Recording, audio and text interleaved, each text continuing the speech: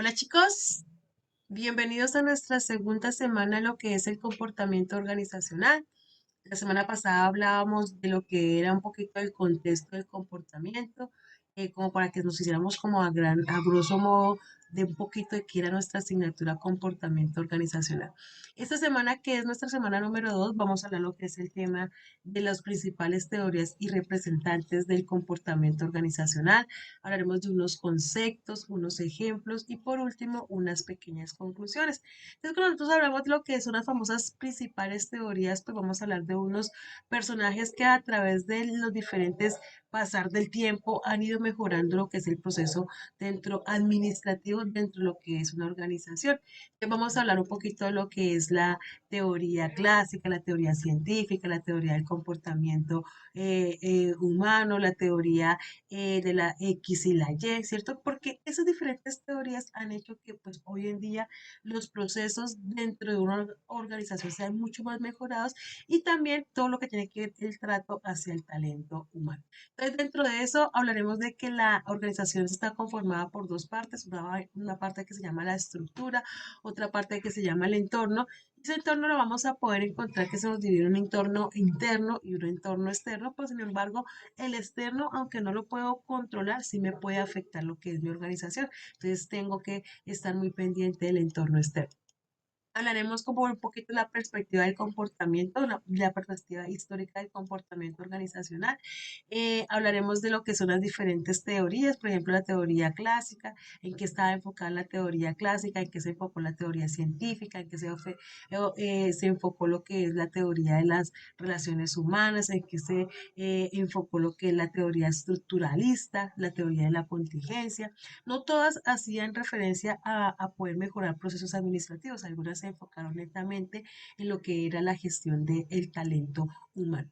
Entonces, dentro de eso, me dice que las primeras prácticas fue del señor Adam Smith, Charles May, Robert Owen, la importancia de las teorías administrativas, ¿cierto? Entonces, trajo consigo unos principios que hoy en día nosotros las reconocemos y los quedaron como muy innatos dentro de las diferentes organizaciones.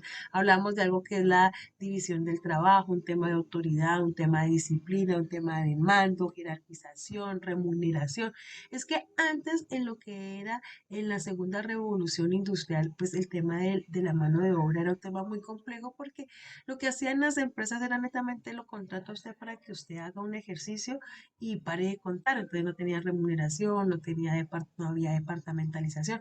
La empresa era una sola unidad y esa unidad pues había ganancias, pero no tantas como se empezaron a obtener después de haber implementado las diferentes teorías que les vengo a explicar. Entonces hablamos de la teoría científica, de la teoría administrativa, que trajo consigo la teoría del señor Frederick Taylor, trajo consigo un tema de planeación, un tema de preparación, un tema de control, ejecución y trajo unos principios. Vamos a verlos en la clase, qué principios hacen referencia. Hablamos de la teoría científica, esa teoría científica que nos dio después de lo que fue la revolución industrial con el señor Henry Fayol, qué trajo consigo esa teoría, qué trajo consigo el señor Henry Fayol, trajo unos orígenes, un crecimiento acelerado, pero muy desorganizado en las empresas, ¿cierto? Entonces empezó a trabajar en ello. Usted va creciendo, pero está creciendo de una forma desordenada, la rentabilidad no le va a dar.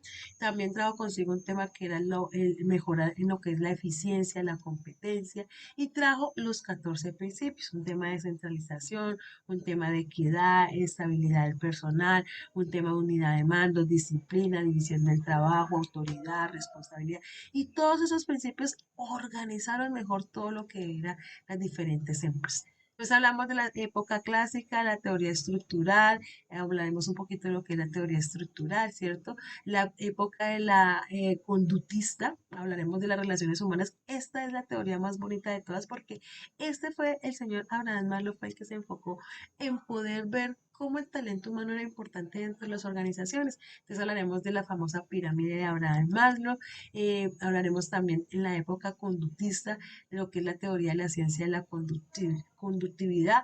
Entonces hablaremos de algunos oferentes dentro de esa época.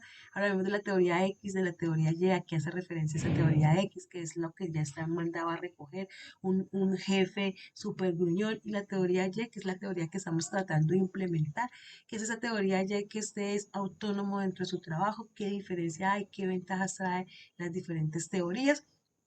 Hablaremos también de la teoría contingente, qué características trae y finalmente qué está pasando en las organizaciones hoy, ¿cierto? Porque es un mundo cambiante, nosotros no somos estáticos, sino somos dinámicos y como somos dinámicos tenemos que ir en torno a lo que el mundo va cambiando. Entonces las organizaciones de hoy en día, ¿qué traen con eso que el mundo está cambiando? Entonces va a ser nuestra segunda clase, chicos, nuestra segunda clase de comportamiento organizacional, un poquito de historia en todo lo que tiene que ver las diferentes teorías y cómo esas teorías están siendo utilizadas hoy en día. ¿Listo? Te los veo en mi segunda clase de comportamiento organizacional con mente abierta, con ganas de seguir aprendiendo. Por su atención, mil gracias. Chao, chao.